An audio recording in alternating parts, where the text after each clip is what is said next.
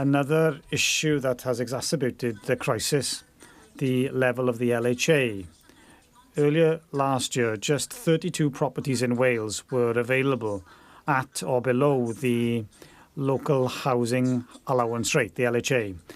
32, only 32, which is a shocking figure. And the intention of the LHA is to ensure that low-income households can access housing in the private rented sector.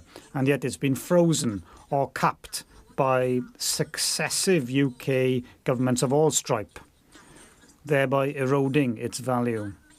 This failure to keep LHA rates in line with real rents has created an impossible situation.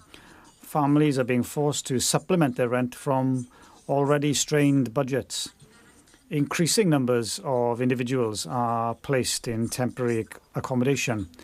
And we know, on top of this, that successive austerity policies pursued by UK Conservative and Labour governments over a number of years have deepened this crisis.